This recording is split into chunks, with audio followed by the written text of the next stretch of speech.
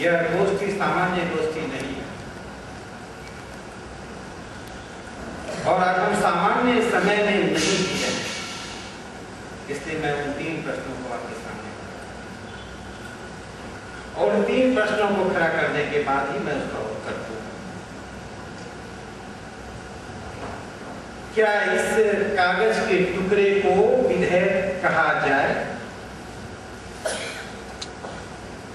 Does it deserve to be called bill?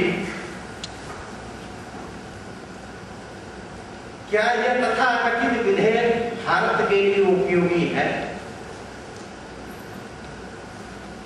तीसरा, इसका नाम prevention of communal and targeted violence bill है। क्या यह नामकरण उचित है? तीनों बहुत ही सरल प्रश्न हैं। उन्हीं तीनों प्रश्नों के इर्द गिर्द मैं आपको कुछ अपनी बात करने की कोशिश 3 उदाहरण देता हूं। एक महाविद्यालय में 2 छात्राएं बचपन से जो साथी रही है, नर्सरी क्लास से 7 पढ़ती थी, वो महाविद्यालय में पढ़ रही। एक दिन कुछ गुंडों ने, कुछ असामाजिक तत्वों ने दोनों ही छात्राओं के साथ दुर्व्यवहार किया, कहे तो लैंगिक हिंसा की। यदि यह विधेयक कानून बन गया, पुलिस अधिकारी आने के बाद दोनों छात्राओं से पूछेगा कि तुममें हिंदू कौन है और हिंदू कौन नहीं है। एक ही तरह की घटनाओं से पीड़ित दोनों छात्राओं में से जो छात्रा हिंदू नहीं होगी, पुलिस कहेगा इसकी पोस्टमार्टम जल्दी करो, हिंदू छात्रा इसकी बाद में हम देख लेंगे। क्योंकि यह विधेयक कहता है यदि किसी कथित अल्पसंख्यक महिला के साथ लैंगिक अपराध होता है और उस लैंगिक अपराध को करने वाला मुसलमान या क्रिश्चियन नहीं होना चाहिए। यदि वो है तो लैंगिक अपराध नहीं है। इमराना के फादर इन लॉ ने, ससुर ने उसके साथ बलात्कार की घटना की। मुस्लिम पर्सनल लॉ के अनुसार उसे सजा दी गई कि तुम अपने पति को तलाक देकर अपने ससुर के साथ जीवन व्यवहार करो। जिस महिला के साथ एक घटना घटी उसे 2 सजा दी गई। अपराधी कोई है, सजा किसी और को मिल रही है। यह विधेयक यदि कानून बन गया तो इमराना को न्याय नहीं मिलेगा, उस हिंदू महिला को न्याय नहीं मिलेगा, उस मुस्लिम महिला और क्रिश्चियन ईसाई महिला को पहले अस्पताल पहुंचाया जाएगा, उसकी जांच शुरू हो जाएगी, उन गुंडों को पहले उसके लिए गिरफ्तार किया जाएगा, इसकी कार्रवाई होती रहेगी। नाजियों ने भी कानून बनाया था, लेकिन कम से कम महिलाओं के साथ दुर्व्यवहार पर उन्होंने धर्म के आधार पर अंतर नहीं किया था। यह विधेयक महिलाओं के साथ भी दुर्व्यवहार को धर्म के आधार पर अलग अलग खांचों में देखता।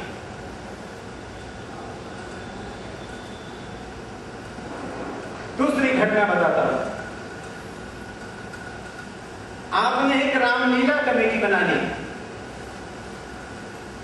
और रामलीला करने के लिए बच्चे मंत्री महोदय के पास गए कि हमें कुछ चंदा चाहिए। किसी माँ और बहन के पास गए, चंदा चाहिए। उन्होंने कहा अच्छा बेटे रामलीला कर लो, दे जाओ 100 रुपये। उन्होंने एक रसीद काट कर दी।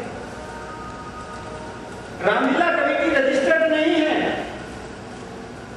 उस रामलीला कमेटी का कोई व्यक्ति ट्रेन से सफर कर रहा है, बर्थ के सवाल पर किसी से उसके झगड़े हुए, संयोग से जिससे झगड़ा हुआ वह हिंदू नहीं है, वह मुस्लिम, क्रिश्चियन या कोई तथाकथित अल्पसंख्यक है। झगड़ा किसने किया यह प्रश्न नहीं होगा पुलिस के सामने। तुम कौन हो? मुस्लिम हो। तुम कौन हो? हिंदू हो। हिंदू को गिरफ्तार कर दो। झगड़ा इसने ही किया। इतने से काम चलता तो हम शांत बैठे। उससे पूछा जाता है कि तुम किस किस समिति के सदस्य हो, तो बोलेगा कि मैं एक रामलीला कमेटी का भी सदस्य था। तो रामलीला कमेटी मुकदमा, आपराधिक मुकदमा चलेगा जो उस व्यक्ति पर चलेगा। 7 साल की सजा का मुकदमा, आपराधिक कानून मुकदमा चलेगा और सामान्य न्यायालय में नहीं, उसके लिए एक अलग प्रकार का नेशनल और स्टेट ऑथोरिटी हो। इतना ही बात नहीं होती तो हम लोग जाते। उस रामलीला कमेटी को किस किस ने चंदा दिया, उसको बुला। मंत्री महोदय को दुनिया का कोई कानून नहीं रोक सकता है उस नेशनल अथॉरिटी के सामने जाने से। उनको जाना ही पड़ेगा और जेल के अंदर जाना है, क्योंकि आपने 100 रुपये रामलीला के लिए दिया। यह विधेयक यदि कानून बन गया तो तमाम हिंदू संस्थाओं को वित्तहीन करने की एक बड़ी साजिश है। हम संस्था बनाते हैं तो ट्रेजरर बनने के लिए, अध्यक्ष बनने के लिए, उपाध्यक्ष बनने के लिए रस्सा कस्सी चलती है। आप किसी को कहेंगे अध्यक्ष बन जाओ, को माफ करना भाई। मेजोरिटी जो हिंदू है वो अगर गए गुजरे, एक कहा अल्पसंख्यक माइनॉरिटी जो है वो, उसके साथ अनुसूचित जाति और जनजाति को चालाकी से, धूर्तता से जोड़ा गया। हाथाई अल्पसंख्यक को जोड़ा गया है। देश के इतिहास में कोई 5 उदाहरण बताते कि जो हाथा के लोगों ने संघर्ष किया। रंगनाथ मिश्रा कमीशन की रिपोर्ट में अपने 39वें पेज पर कहा, हाथाई अल्पसंख्यकों को सभी सुरक्षा प्रदान है और देश में हाथाई अल्पसंख्यक नाम की कोई जाति नहीं है, धर्म के आधार पर नहीं है, इनका कोई अर्थ नहीं है। तो सिविल साथ जरूर चाहे से क्यों जुड़ा तो समझिए।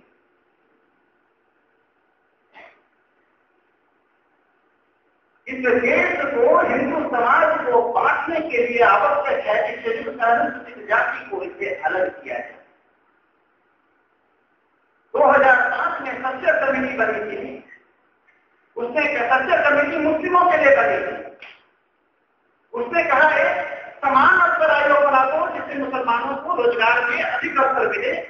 उस समान अवसर आयोग में भी अनुसूचित जाति को डाल दिया गया। यहां भी अनुसूचित जाति को डाल दिया गया, जबकि अनुसूचित जाति के लिए राष्ट्रीय आयोग है, कानून है। अपनी बेशर्मी को छिपाने के लिए अब जो अनुसूचित जाति का सहारा दिया जा रहा है, जो लोग सहारा दे रहे हैं, उनको मैं बता देना चाहता हूं।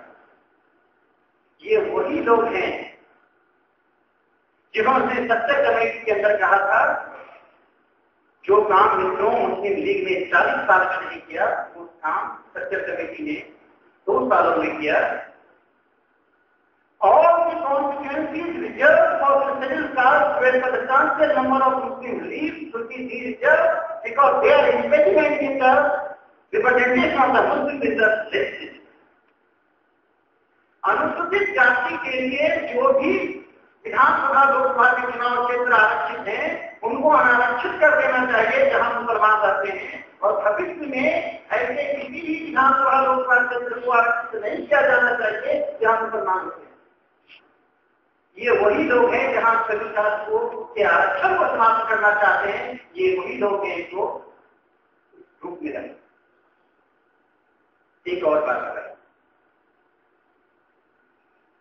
किसी एक व्यक्ति ने किसी प्रकार की कोई कार्रवाई कर दी, कोई ऐसा लेख लिख दिया, कोई ऐसी बात कर दी, सबने गलत लिखा हो।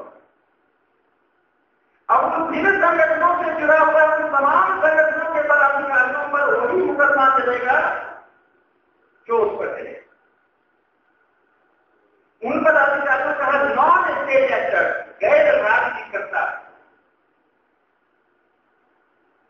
यदि किसी मुस्लिम लीग का सदस्य एमएस हुसैन यदि मां सीता का नग्न चित्र बनाते हैं तो वह दुष्प्रचार नहीं है, लेकिन यदि आपने प्रॉफिट के जीवन पर एक अंश लिख दिया तो वह दुष्प्रचार है और आप ही नहीं, आपके संगठन के तमाम लोगों पर करना चलेगा। अभी दिल्ली विश्वविद्यालय में रामायण के एक लेख को लेकर विवाद हुआ। जो हनुमान ब्रह्मचर्य के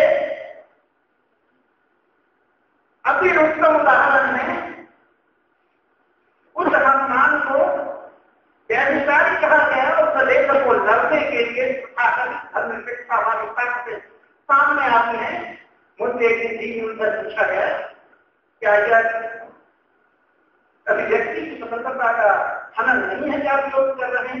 मैंने कहा वर्जिन मैरिज, वर्जिन नहीं किया रिसर्च हुआ है कि आप विश्वविद्यालय में पढ़ाएंगे।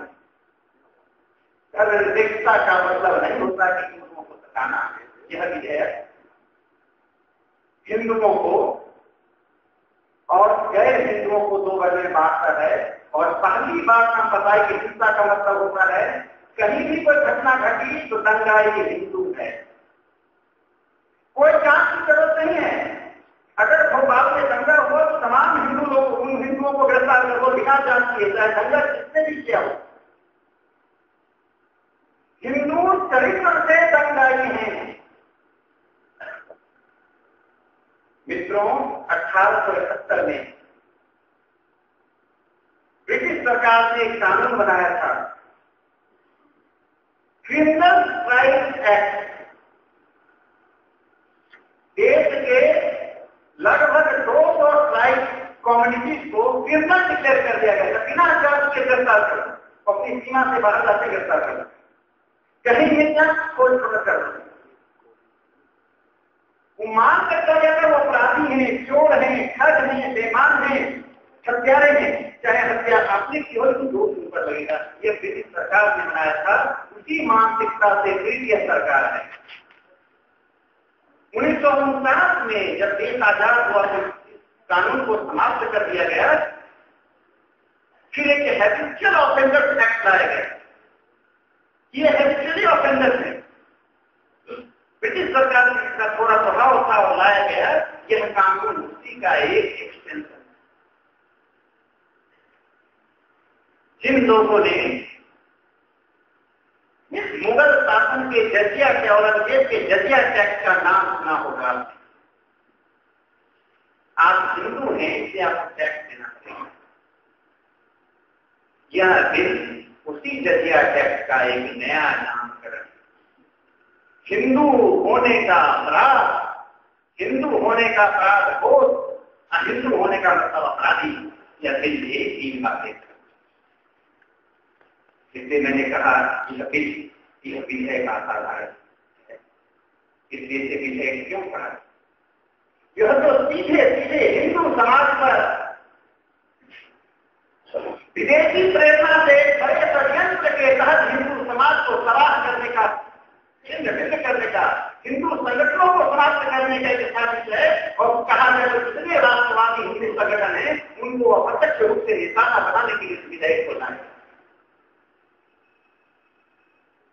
मित्रों, इस बिल के बनाने वाले 2 मान्यताओं पर चल रहे हैं।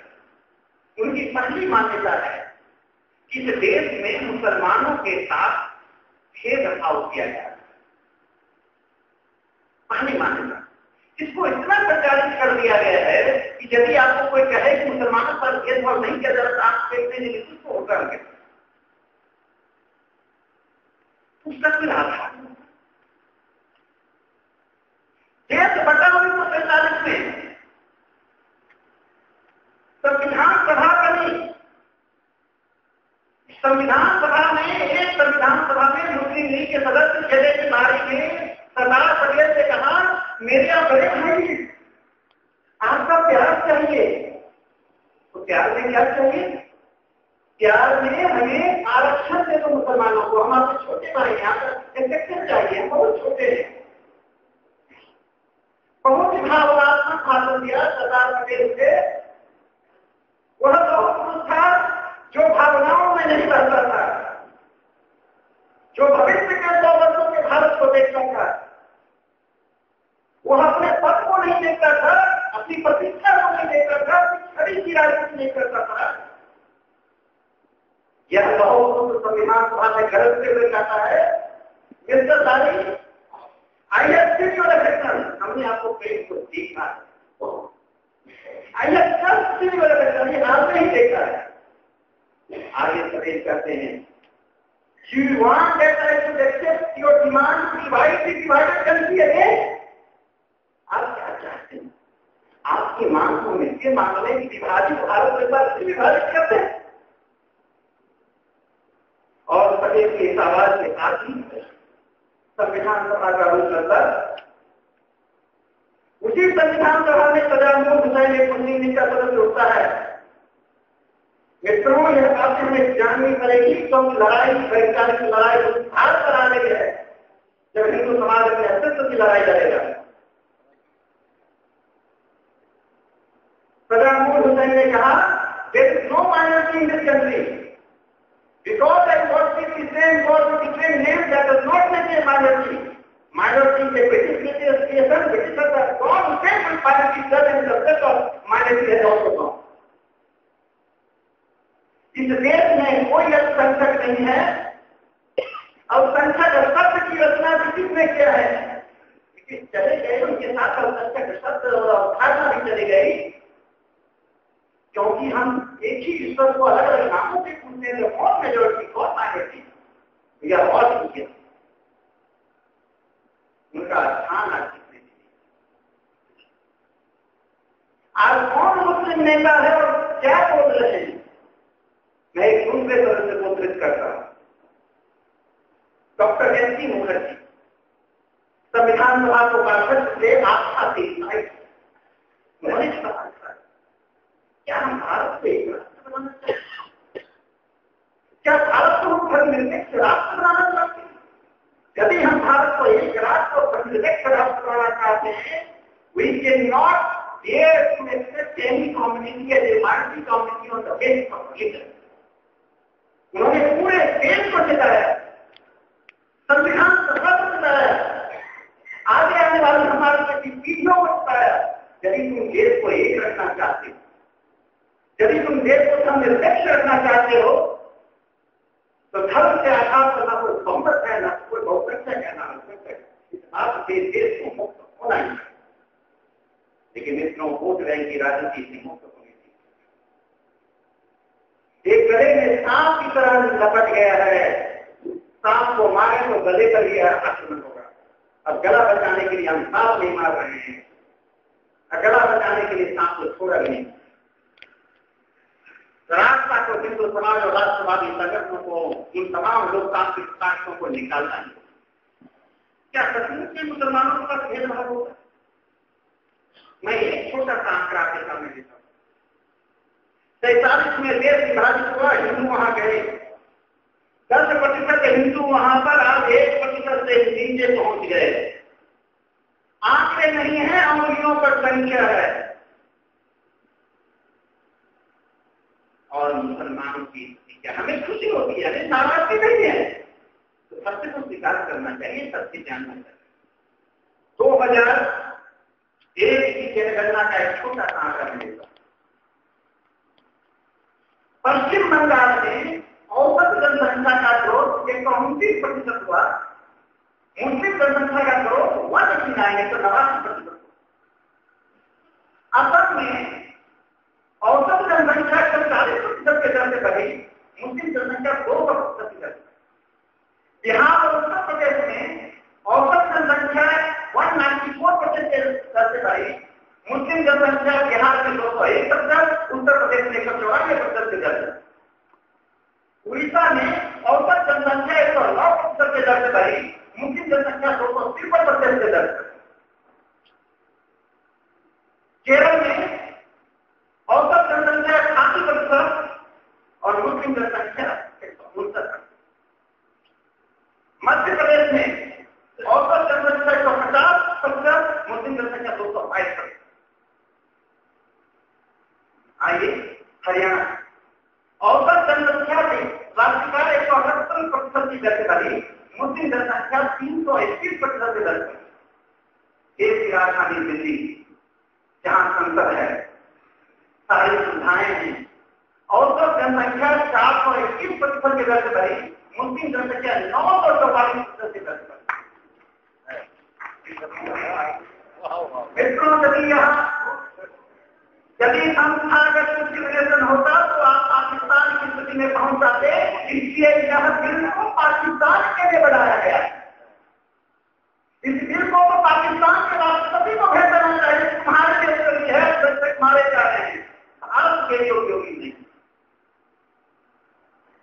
तीसरा सवाल खड़ा किया जिसका नाम है। बहुत खेद होता है स्वतंत्र भारत में, हम हिंदू मुस्लिम ईसाई जैसे जुबान नहीं हुई, लेकिन दिल बात नहीं करते। जो नहीं करना चाहते उसके मुंह में जुबान डाल। इससे मैं कहता प्रिवेंशन ऑफ कॉमन वायलेंस नहीं है, प्रोवोकेशन ऑफ कॉमन वायलेंस। सांप्रदायिक और लक्षित हिंसा से उत्तेजना पैदा करने वाला व्यक्ति है। लड़ो कटो मरो, जिसका साम्राज्य वहां से हमें चेतावनी दे रहा था कि धर्म परिवर्तन के लिए वैक्सीन से बैठ गया। और एक कश्मीर में एक ईसाई पादरी ने धर्म परिवर्तन कर दिया, मुस्लिम पर्सनल सर्विस का कोर्ट ने कहा तुम्हें हाजिर होना पड़ेगा। इस देश ने हिंदुओं के साथ जो सौतेला व्यवहार हमें अपने कानून से जोड़ता है, वह यह विषय का एक अवसर दे रहा है सोचने का, समझने का, जानने का, आत्मालोचन का। एक अंतिम बात मैं बिल के बारे में बताना चाहता हूं। इस बिल को मेरे लिए यह महत्वपूर्ण नहीं है कि बिल में क्या है। जिन लोगों ने बिल बनाया वो बता देना चाहते हैं कि औरंगजेब आया और गया, जिन्ना आया और गया, और पाकिस्तान का समर्थन करने वाला एक वादी कहा गया बात है कि हस्ती मिर्ची नहीं हमारी। यह बिल तो कानून नहीं बनेगा, ये मैं जानता हूं। कानून बन जाएगा तो बिल लागू नहीं होगा, यह मैं जानता हूं। महत्वपूर्ण विधेयक नहीं है मित्रों। जो सबसे महत्वपूर्ण बात है जानने, वो एक ही माइंड करते हैं गांव में कि कहीं किसी की आत्मा किसी के शरीर में घुस जाए, पूरी आत्मा को निकालने के लिए तंत्र मंत्र चिकित्सक का हम सहारा लेते हैं। इस देश की राजनीति में, वैचारिक राजनीति में एक ऐसी आत्मा घुस चुकी है जिसको हम कहते हैं एविल माइंड। इनको किन लोगों ने बनाया, क्यों बनाया? संविधान कहता we the people of India, हम भारत के लोग, ये कहता नहीं हम ग्रुप के लोग विशेषाधिकार। हिंदू दंगाई है, मुस्लिम और ईसाई दंगाई नहीं है। दिल्ली में दंगा होगा, हिंदू पकड़ा जाएगा, मुस्लिम ईसाई पकड़े जाएंगे। इतना ही नहीं, इस बिल का एक प्रावधान देखिए, जांच के दौरान पुलिस अधिकारी ने पार्लियामेंट पर हमला करने वाले अफजल गुरु से सवाल पूछ दिया और ये कानून यदि बना होगा, और अफजल गुरु कहता है कि सवाल पूछने वाले ने मुझे टॉर्चर किया है, तो वो पुलिस अधिकारी तो थे 7 साल की सजा। इतना करने तो उनकी नौकरी लग जाती है, जांच नहीं है, उसने कहा नौकरी है। वो राज्य बना पुलिस अधिकारी, उतना सही बात नहीं। उनके ऊपर का अधिकारी पर कार्रवाई होगी कि भाई आपके नीति वाले ले सकते हो क्या, ऊपर की कार्रवाई होगी। वो हिंदू है, मुस्लिम है तो नहीं हो, ईसाई है तो नहीं हो। अब अफजल गुरु क्योंकि मुस्लिम है, उसने कहा कि मुझे जांच जो सवाल पूछा उससे मेरी भावनाओं को ठेस पहुंची। यह दिल करता है। कोई पिता शायद नहीं करेगा कि मेरा पुत्र पुलिस अफसर बने, और पुलिस अफसर बने तो किसी ऐसी घटना की जांच करें जिसने कभी तक इन्वॉल्व है। आए दिन जांच के दौरान से हथियार खोलने में कुछ किताबें रखी हुई, किताबों के अंदर क्या है वो पिताजी हो सकती है, कुरान में उसके नहीं हो तो जांच करने में। कुरान गिरते ही दंगा हुआ तो अलग बात होता ही। कुरान गिरा और पुलिस अधिकारी कर गए, सजा की तैयारी शुरू। बताइए आप यह कल्पना कर सकते हैं कि स्वतंत्र भारत में जिस देश में 85% की आबादी हिंदू की हो, जिसमें सोमनाथ के मंदिर के टूटने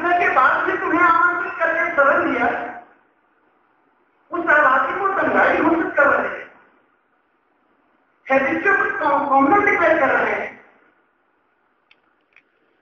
और फिर लोगों को ग्रुप बनाकर विशेषाधिकार। इसलिए जो मस्जिद जिसके पीछे है उन्हें उजागर करना चाहिए। उसमें सिर्फ मैं 2 नामों का जिक्र करके अपना भाषण समाप्त करूंगा। एक नाम से आप चिर परिचित होंगे, दीक्षा तलवार। गुजरात में वो क्या कर रही है विषय महत्वपूर्ण नहीं। जहां कहीं भी सीता को नग्न दिखाया जाएगा, सीता करियो समर्थन। हमारे देश में एक आम समझ रहे हैं, आपस के झगड़े को हम तीसरे पार्टी के पास नहीं ले जाए। उसका मैं एक उदाहरण देता हूं। मैं राष्ट्रीय संघ संघ की विचारधारा में पला बड़ा हुआ और विमर्श करता हुआ एक राष्ट्र इसे राष्ट्रीय संघ के इतिहास का एक प्रसंग बताता हूं तो इस देश के इतिहास को, इस देश की प्रकृति को, इस देश के चरित्र को बताता है। इस संघ के संस्थापक डॉक्टर हेडगेवार और उनके पैट्रन डॉक्टर मूंजे, दोनों में पिता पुत्र का संबंध। मूंजे ने नागपुर में भाषण दिया। मैं भी डायरी कर रहा हूं, कहानियां नहीं। मूंजे ने जो अपने आंखों से लिखा, मूंजे ने भाषण दिया सेकेंड राउंड टेबल कॉन्फ्रेंस के बाद कि ब्रिटिश को भी भारत छोड़कर नहीं जाना चाहिए। जब तक हिंदू सत्ता पर काबिज होने की स्थिति में नहीं आ जाए तब तक ब्रिटिश को नहीं जाना चाहिए, लेकिन मुसलमानों का फिर राज हो जाएगा, फिर शासन आ जाएगा। डॉक्टर हेडगेवार दूसरे दिन उनके पास गए और कहा आपने भाषण गलत किया, हम आपकी निंदा करते हैं, सभी के रूप का दुरुपयोग करते हैं। हिंदू मुस्लिम झगड़ा मेरा आपसी झगड़ा है, हम इसको सुलझाएंगे, बाद में आजादी चाहिए, सबको को टक्कर देने का कोई अधिकार क्या झगड़ा। हम जवाहरलाल नेहरू के खिलाफ हैं।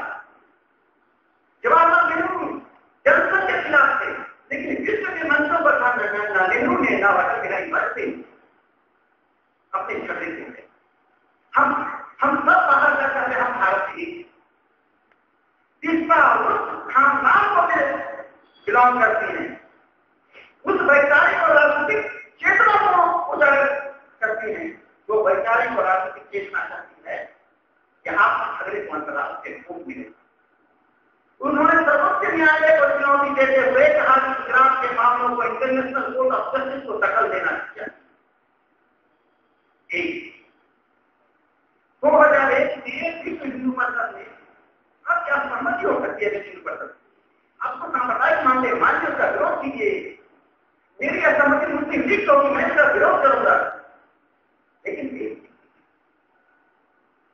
विश्व हिंदू परिषद ने यूनेस्को में जो अंतर्राष्ट्रीय संस्था है एनजीओ का क्षेत्र था, तीसरा अंतर्वास में विश्व हिंदू परिषद का विरोध करने के लिए 2001 में पाकिस्तान के प्रतिनिधियों को आमंत्रित किया और पाकिस्तान के प्रतिनिधियों का साथ लेकर यूनाइटेड नेशन के प्लेटफॉर्म पर एक साथ खड़े होकर इसका विरोध करकर एनजीओ स्टेटस नहीं करेगी।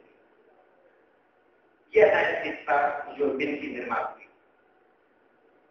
चावल का एक दाना ही चावल का की प्रकृति बताता है। दूसरा मैं नाम लेता हूं जॉन डेयर।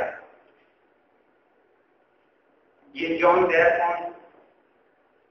ये कैथोलिक मिशनरी के प्रवक्ता है। वेटिकन रोम का वेटिकन स्कोप और भारत के कैथोलिकों के बीच यदि कोई एक लिंक है तो वो जॉन डेयर है।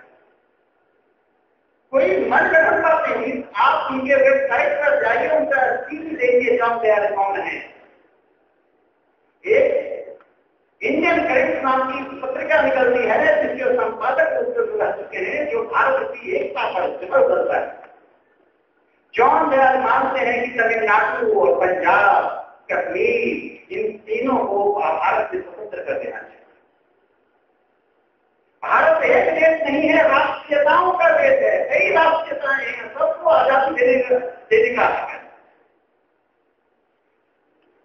इस देश में पहली बार एक सुपर कैबिनेट, सुपर प्रधानमंत्री और सुपर लेजिस्लेचर बना है, वो है national advisory council. Sonia Gandhi super प्रधानमंत्री के रूप में काम कर रही हैं। यदि सोनिया गांधी देश की प्रधानमंत्री हो जाए तो उनके 2 नमों में इसका इसका सलवार और चौंक गया और आप हम अपना भविष्य देख लीजिए। इसलिए मैंने कहा इस बिल को पाकिस्तान भेजो और जो ये भी तो जो एक ऐसी आत्मा हमारे शरीर के देश की राजनीति में समाज में घुसा है उसे हमें खोज करें, उसे सामने लाए, समाज के उसके लिए खड़ा होना पड़ेगा। इसलिए नहीं कि धार्मिक कार्य देश की धर्मनिरपेक्षता को बचाने के लिए, देश के धरोहर को बचाने के लिए, देश के आत्मविश्वास को बचाने के लिए। इसलिए सांप्रदायिक का विधेयक करने की योग्य नहीं है। हम सबको इसको तथ्यों, तर्कों, संवाद के द्वारा विरोध करना चाहिए और विरोध इस स्तर पर करना चाहिए। आने वाला कोई राजनेता, कोई संसद की समिति या संसद के बाहर की समिति ऐसी हिम्मत नहीं कर पाए इस तरह की किसी तथाकथित विधेयक की रचना कर पाए। यह एक अवसर है जब हम ऐसे धर्मनिरपेक्षता विरोधी, राष्ट्रवाद विरोधी ताकत को जवाब दें और इस अवसर का उपयोग हमें अपने संगठित रूप से करना चाहिए। धन्यवाद।